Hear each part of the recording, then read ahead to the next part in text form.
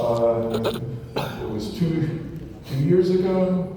It was last year, right after the opening of the embassy. A month later, you came, and I saw you enjoying it with the Fiji pilgrims, and we were so delighted to have you there.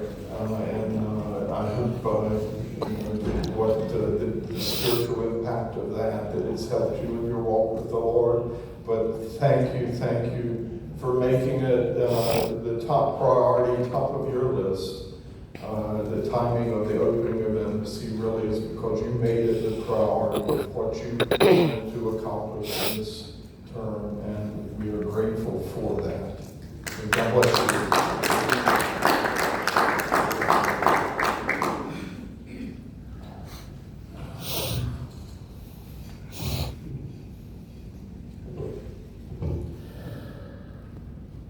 Mr. George Renston, President of the Israel Alliance Foundation and Director of International Christian Alliance Caucus, the Reverend Dr. David Parsons, Senior Vice President and International Spokesman of the International Christian Embassy in Jerusalem, the Honorable Andrew Wallace, Member of Parliament, Chair of the Australia-Israel Alliance Caucus, Your Excellency, the Israeli Ambassador,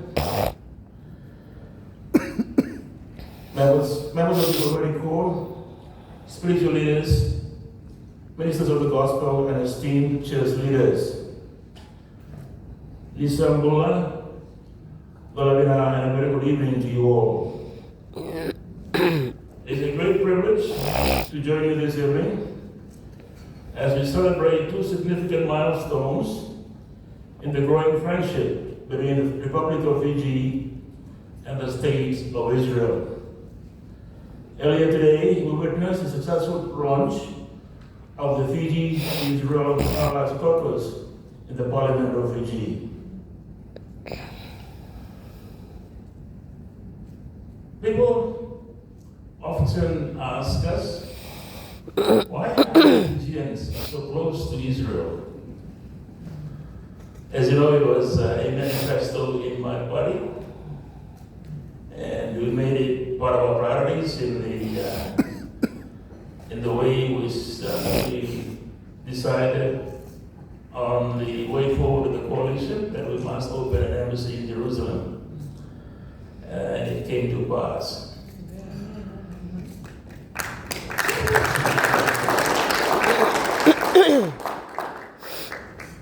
Now, why Fiji and Israel? The best way I can relate to this is the experience that was shared with me by the Deputy Minister of Foreign Affairs for Israel, Sharon Haskell. As Sharon came to Fiji as a backpacker when she was young, and she went to the Azores.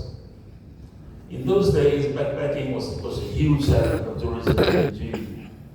And you know, the backpackers, young people, they grouped together and all the fun and eating, tell war stories and all that. She was always reluctant to tell people that she was from Israel, given the sensitivity, I suppose, at the period during the time. But towards the end of the week on the stage, she said, okay, I'll just tell everyone I'm from Israel. So, in the backpack, when you backpack in these houses, you kind of hop from island to island. And there was this Fijian outboard motor operator who has a boat transporting people through the island. And he's a simple villager. So he looked at Sharon and said, where are you from?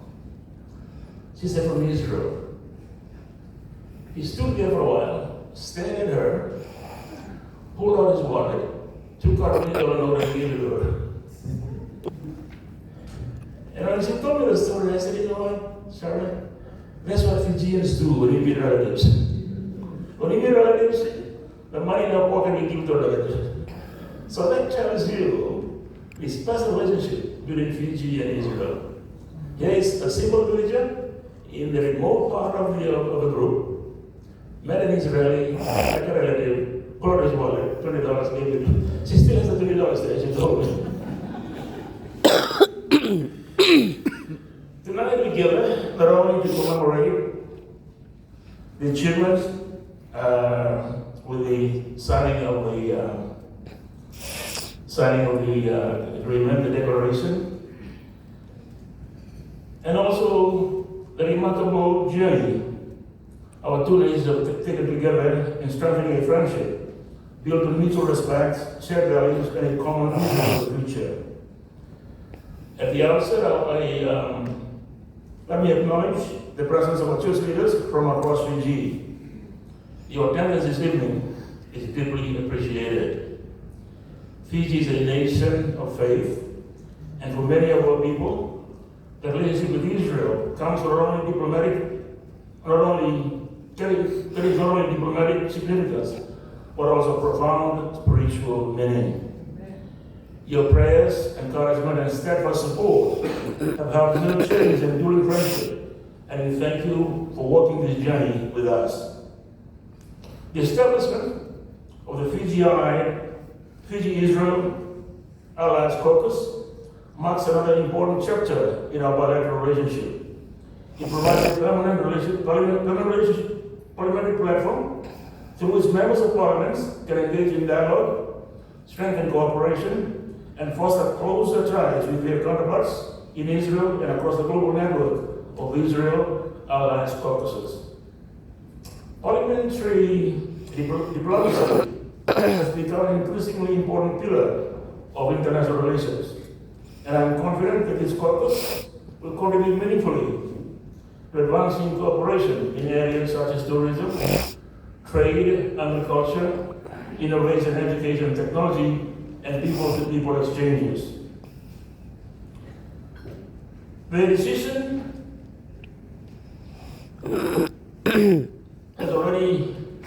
to open the embassy in Jerusalem has already borne fruits. It has elevated our bilateral relationship to unprecedented levels and paved the way for deep engagement between our governments and peoples.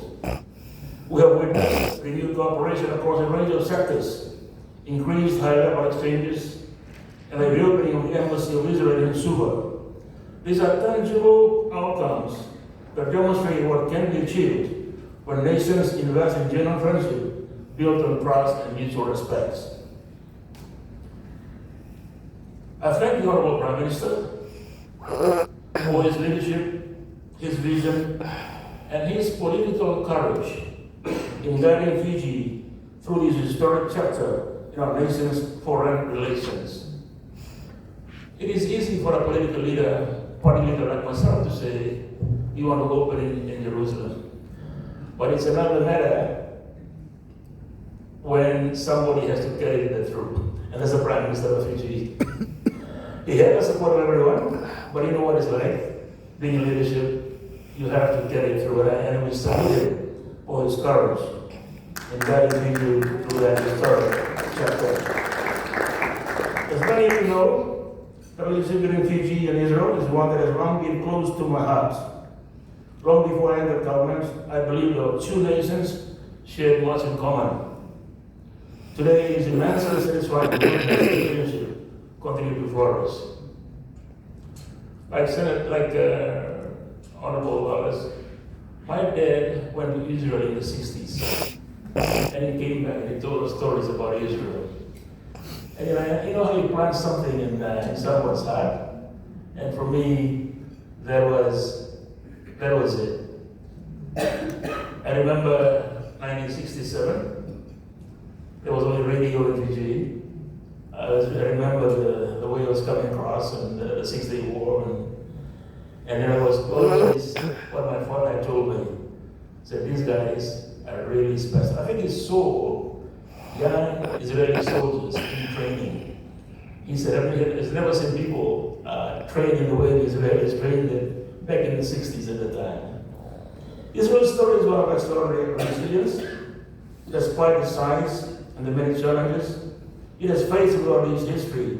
It has become a global leader in innovation, agriculture, water management, medical research, cybersecurity, and entrepreneurship. It is a nation that has continually transformed adversity into opportunity. There's much that Fiji can learn from Israel's experience. Just there is this much we can share from our own journey as a Pacific nation. For many Fijians, our friendship with Israel is also inspired by our Christian faith.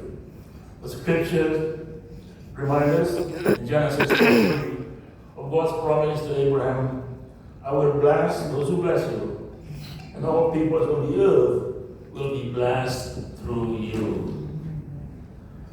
Every time I read this, and I'm so inspired, and I know this is the way it should be. It just hurts me.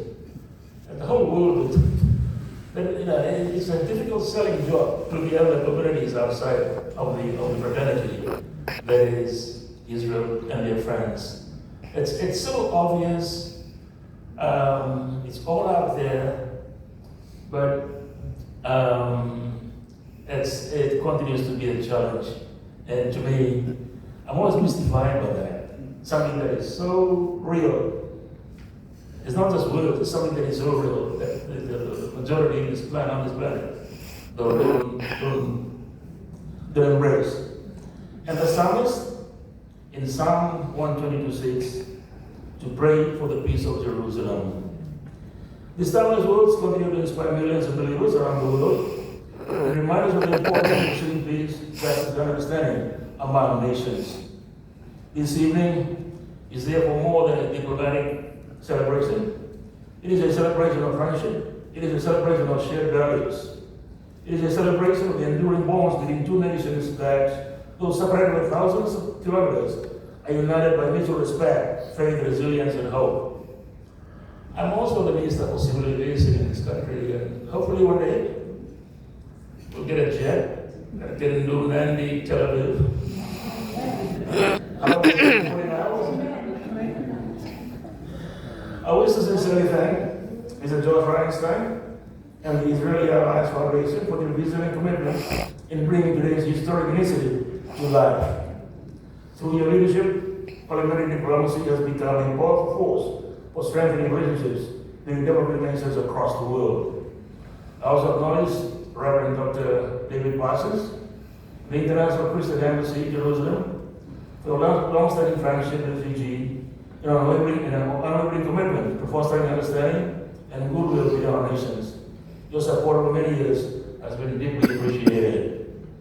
To Honorable Andrew Wallace, thank you for joining us and for demonstrating through your own leadership the important role that parliamentary friendship groups can play in strengthening international partnerships. As we celebrate this evening, let us also look to the future with confidence and optimism. May the Fiji-Israel Alliance Caucus continue to grow from strength to strength. May it serve as a catalyst for greater cooperation, deep understanding, and enduring friendship between our peoples. Finally, let us continue to pray for the peace of Jerusalem, for the prosperity of Fiji, and for God's continued blessings upon our two nations. May God bless the Republic of Fiji, may God bless the state of Israel, and may He continue to strengthen the friendship between our peoples for generations to come. Thank you.